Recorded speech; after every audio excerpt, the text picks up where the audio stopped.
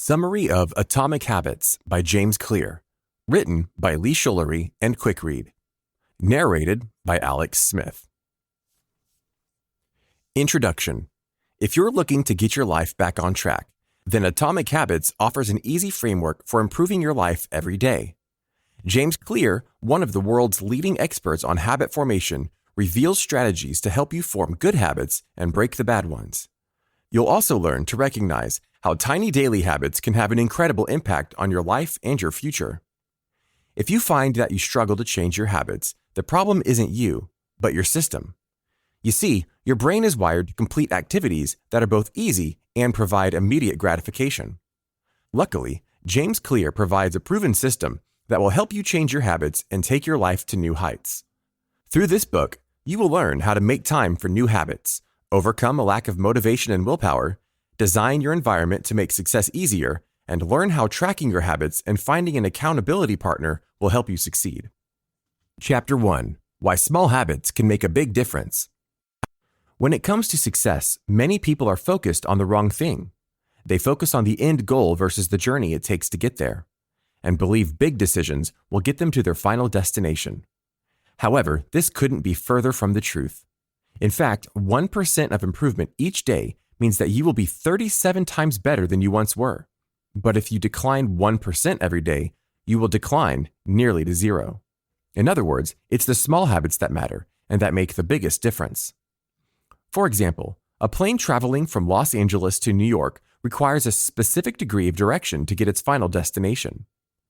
Imagine if the pilot adjusted its course just 3.5 degrees south. This may look like nothing to the average observer. The adjustment is so small, many people wouldn't even notice.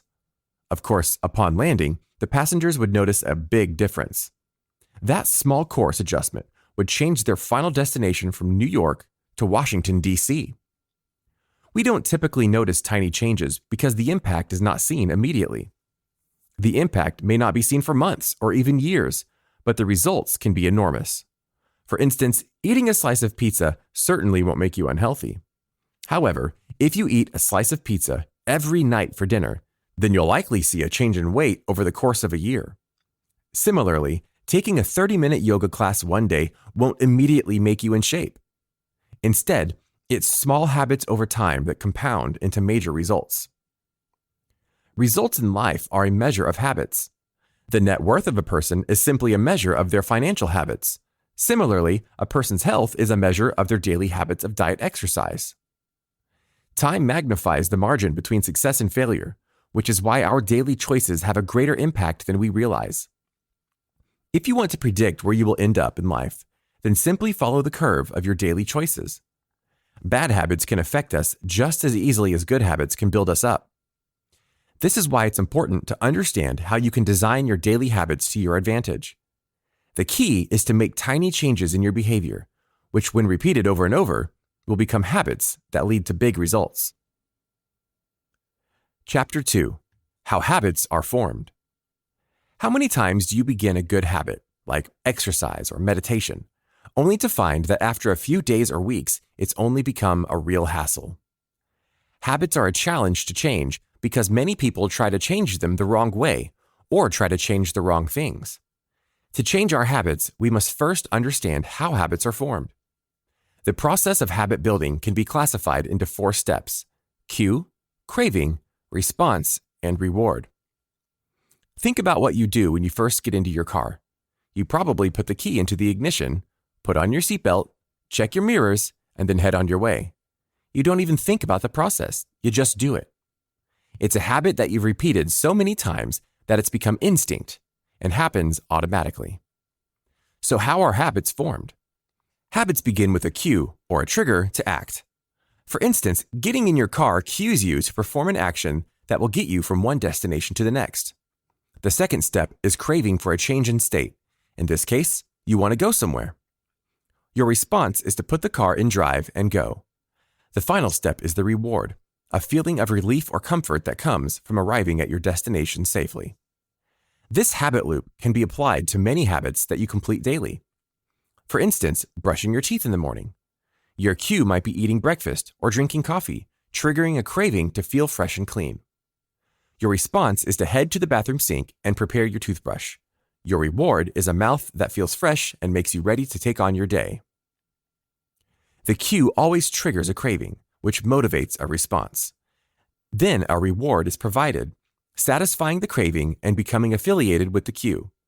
Our behaviors are driven by a desire to solve a particular problem, which is a part of the cue and craving phase of the habit loop. For instance, the problem phase might include the cue of your phone buzzing with a new text message. The craving is that you want to learn the contents of that message. Then comes the solution phase. You respond by grabbing and unlocking your phone. The reward is satisfying the craving to read the message. Of course, these habits aren't all that bad. However, when we adopt unhealthy or bad habits, we see the effects years later, and the habit becomes harder to break. That's why it's important to understand the habit loop, so you can learn how to replace your cues, cravings, responses, and rewards to create better habits. Let's see how you can begin creating better habits. Chapter 3. Make it obvious. When it comes to cues, such as the buzzing of our phone or the drinking of coffee, we are prompted to check our messages or brush our teeth.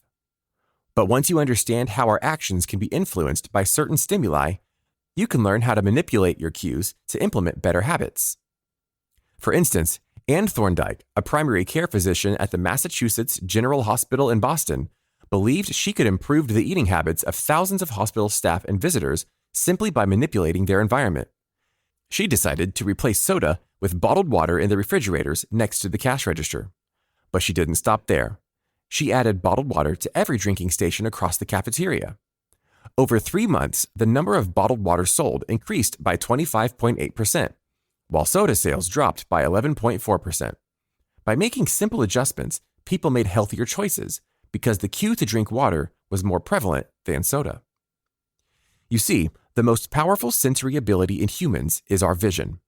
The human body contains almost 11 million sensory receptors, and almost 10 million are dedicated to sight alone. In other words, visual cues are among the highest motivation for behaviors. Therefore, a small change in what we can see can lead to a big change in what we do. Luckily, we can design our environments to our advantage. But how? Let's say you want to create a habit of practicing guitar. You'll be far less likely to practice if you keep your guitar locked away in a box in your closet. Instead, you should place your guitar somewhere easily seen, like the middle of a room. If you want to eat healthier, place snacks on the counter in plain sight instead of hiding somewhere in the pantry. Want to work out more? Simply put your workout clothes and sneakers out the night before, so when you wake up, you can see them. Creating visual cues can bring attention to your desired habit. Additionally, you can create desired cues by practicing implementation intentions. This simply means that you make a plan beforehand of when, where, and how you are going to accomplish something. When you create a plan, you are more likely to stick with your habits. For instance, a study of voters in the United States found that citizens who were asked, "At what time will you vote?" and "How will you get to the voting station?" So instead of telling yourself that you're going to exercise more often, set a plan and say, "On Monday, Wednesday, and Friday, I'm going to go to spin class after work." And then pack a bag with you to bring for work and leave it in the front seat of your car so it stays in plain sight. Chapter 4. Make it attractive. Every day, we are bombarded with advertisements aimed at making clothing, food, home goods, anything more attractive. Society is filled with highly doctored versions of reality as we engineer our photographs with ideal lighting, photoshopped edits, and exaggerated features to make products more appealing and attractive to consumers. The same can be applied to our habits. The more attractive something is, the more likely we are going to adopt it as a habit. You see, when we do something pleasurable like eat food or have sex, our brains release a hormone called dopamine, which makes us feel good. But we don't actually have to do those activities. Our brains release dopamine when we anticipate those pleasurable activities as well. This is simply our brain encouraging us to partake in a certain activity and rewarding us by feeling good. Remember feeling the excitement of Christmas morning as a child? That's because children anticipate the receiving of gifts and the visiting of Santa. Their brains release dopamine that associate Christmas with feeling good. Of course, some activities that make us feel good aren't necessarily good for us. For instance, People easily become addicted to sex, drugs, and food, all of which make them feel good in the moments leading up to and during the activity. However, these addictions can affect our health and our relationships. That's why it's important to use our knowledge to our advantage when it comes to forming good, healthy habits. If we make a habit of something that we look forward to, then we'll be more likely to follow through. One way to do this is through temptation bundling. Temptation bundling aims to make habits more attractive. It works when you link an action you want to do with an action you need to do. For example, Ronan Byrne, an engineering student in Ireland, decided that he needed to exercise more, but he didn't want to exercise more, a problem many of us can relate to. Something else we can probably relate to is the fact that Ronan enjoyed watching Netflix. His solution? He hacked an exercise bike and connected it to his laptop.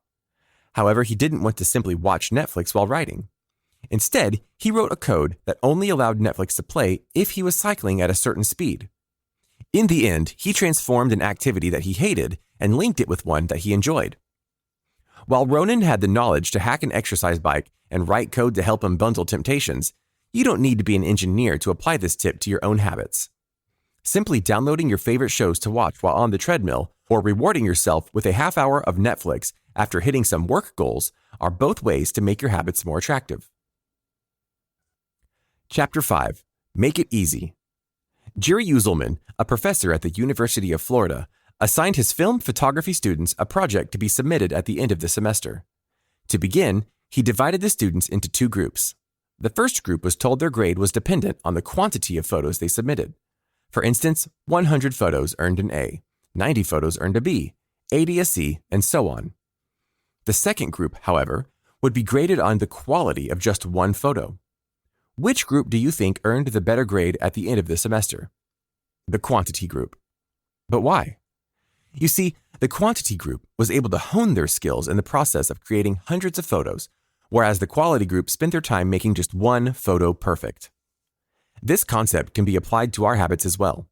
Often, people are too focused on figuring out the best approach, so they never take action. They may research, plan, and strategize, but never act on the habits they wish to create. Therefore, the key to mastering any habit is to stop worrying over how long it'll take to form a new habit. Instead, make it easy and simply do it. As humans, many of us are motivated to do what is easy. The more energy a habit requires, the less likely we are to repeat it. Of course, making a hard habit easy might seem impossible, but there are many tips and tricks to make even the most difficult habits easy. For instance, the habit of sending cards for celebrations, birthdays, condolences, etc., is a nice habit to have, but the effort of going out to the store, picking one out, writing a message, and finally sending it out creates friction and makes us less likely to do it. However, the author's wife has created a hack to make a habit of sending cards a bit easier. By buying cards in bulk and storing them in the house, the author and his wife are far more likely to follow through with sending cards. They made the process easy. No longer do they have to go through the effort of going to the store to buy cards. You can use this tool to stop bad habits as well. The best way to break a bad habit is to make it impractical to do. For instance, if you want to break the habit of watching TV when you come home from work, then unplug the television and take out the batteries to the remote. You'll be far less likely to go through the effort of turning on the TV and spend your time forming a new, healthier habit. Another way to make the habit forming easy is through the 2-minute rule. The basis of the rule is to start small and make the habit easy to start. For instance, instead of telling yourself that you need to study for a class, you can start with the basics and tell yourself to open my notes. Or maybe you want to make a habit of doing some yoga after work. Instead of saying, I need to do 30 minutes of yoga, tell yourself, take out my yoga mat. By breaking down the habits into simple steps, you make the habit easier to form, which means you'll be more likely to form long-term habits. Chapter 6. Make it satisfying. The last step in making a long-term habit is to make it satisfying. Successful companies understand this concept and use it to their advantage. For example, toothpaste manufacturers saw great success when they added mint to their products. Mint allowed people to enjoy the act of brushing their teeth because it led to a satisfying, minty fresh feeling. If an experience isn't satisfying, it may not be repeated again. In the 1990s, Stephen Luby worked in a neighborhood in Karachi, Pakistan as a public health researcher. During his time there, Luby achieved a 52% reduction in diarrhea among the local children. In addition, pneumonia rates dropped by 48% and skin infections by 35%. How did he achieve this? By introducing good soap. If you grew up in a westernized society, then you understand the importance of hand washing as a basic hygiene skill. Of course, the locals of the Pakistani neighborhood understood this as well, but they failed to create a healthy habit of washing hands. Luby recognized the need for the good soap and made the act of hand washing a satisfying experience. So he partnered with Procter & Gamble to introduce a premium soap to the neighborhood. Seemingly overnight, hand washing became satisfying. The new soap lathered well and smelled nice. People now enjoyed the pleasurable experience and made a habit of washing their hands. While washing our hands or brushing our teeth brings immediate satisfaction, many other habits don't. This is called a delayed reward environment. For instance, we go to work every day, but the reward of receiving a paycheck might not come until the end of the month. Similarly, you may start going to the gym every morning, but you won't see the reward of weight loss and toned muscles until weeks or even months later. On the other hand, habits that result in immediate satisfaction might see delayed consequences. This is why people still smoke when they know the risks could cost them their lives. The consequence of cancer might not come until 20 years later, but at the moment it relieves stress and satisfies that nicotine craving. Because of these delayed consequences and delayed rewards, it's important to attach immediate gratification to habits you wish to pursue. For example, the author tells about his friends who wanted to kick the habit of going out to eat so they could get healthier and save more money. They opened a savings account they named Trip to Europe. And every time they avoided a meal out, they transferred $50 to the account. Seeing the money go into the savings created a sense of immediate gratification, so it encouraged them to keep up the habit. They made their habit satisfying, and eventually, they saw long-term rewards when they saved enough money to book their trip. Chapter 7. The Importance of Habit Tracking. Kicking a bad habit or implementing a good one can be hard. While it's satisfying to make progress, sometimes that satisfaction is delayed, causing us to give up on those healthy habits.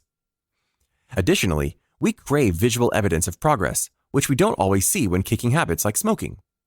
Luckily, there are ways to measure your progress visually by implementing habit tracking. Habit tracking is a simple but effective technique to ensure that you are staying on track. This technique is nothing new, however. In fact, Benjamin Franklin successfully tracked his habits, who, at the age of 20, started carrying around a booklet everywhere he went. In this booklet, Franklin recorded each time he adhered to his 13 personal virtues. His virtues consisted of activities to avoid, like frivolous conversations, but also included things he should do every day, like always do something useful. Each night, Franklin would record his successes, making a visual diary of his healthy habits. The most simple technique is to use a calendar to cross off when you completed your desired daily habits. When you track your habits through a calendar or a diary, you will find that you are more likely to adhere to those habits. Tracking is not only obvious and creates a visual measure of your progress, but it's also an attractive, satisfying habit. At the end of the day, when you've accomplished whatever it is you aim to accomplish, you'll feel a sense of anticipation in the action of crossing off each day. Research has also shown that most people who track their progress on goals like weight loss, lowering blood pressure, or quitting smoking are more likely to improve than those who do not. Additionally, having an accountability partner or implementing a habit contract can change everything. Just as people are more likely to repeat an experience that is satisfying, they are also likely to avoid an experience that is either painful or costly. In other words, behavior changes when there is an immediate consequence. For instance, university students are more likely to show up to class if attendance affects their grades. The students know the consequences of not showing up, so they do. Similarly, you can apply the same logic to help you form positive habits. For example, Brian Harris, an entrepreneur in Nashville, created a habit contract to keep him on task for working out. He had both his wife and personal trainer sign a contract which forced him to commit to getting his weight down to 200 pounds. To reach this goal, Brian tracked his food intake and committed to weighing himself each week. He then set up penalties for not doing these things.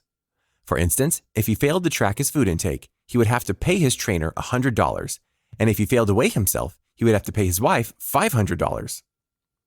Brian's habit contract worked, not only because he was worried about losing the money, but also because he cared about what his trainer and his wife thought about him. He didn't want to let them down. In fact, knowing that someone is watching you can be enough motivation for success. This is why getting an accountability partner or signing a habit contract works well in implementing healthy habits. Final summary. While many people believe that making big changes is the key to success, it's the small things we do each day that have the biggest impact on our lives. Small daily habits will affect the person we become in the future, so it's critical that we adopt healthy habits to ensure we live long, successful lives. Of course, this is easier said than done, as forming new habits can be incredibly difficult. Luckily, there are many tips and tricks to help you implement new habits today. The 4 laws of habit forming include making it obvious, attractive, easy, and satisfying. When you can make your habits an attractive, easy, and satisfying experience, you'll be more likely to keep up with them. Additionally, an accountability partner and a habit contract will help you even further when starting new, healthy habits or kicking a bad one. This has been a summary of Atomic Habits by James Clear. The end. This audiobook summary was brought to you by Quick Read. We hope you enjoyed this audiobook summary. If you want more audiobook summaries like this, download our app in the App Store or Google Play and get access to thousands of other free book and audiobook summaries. Listen to them while working out or commuting to work and get the key insights of books in minutes instead of hours. Go to quickread.com/app and download our app for free today.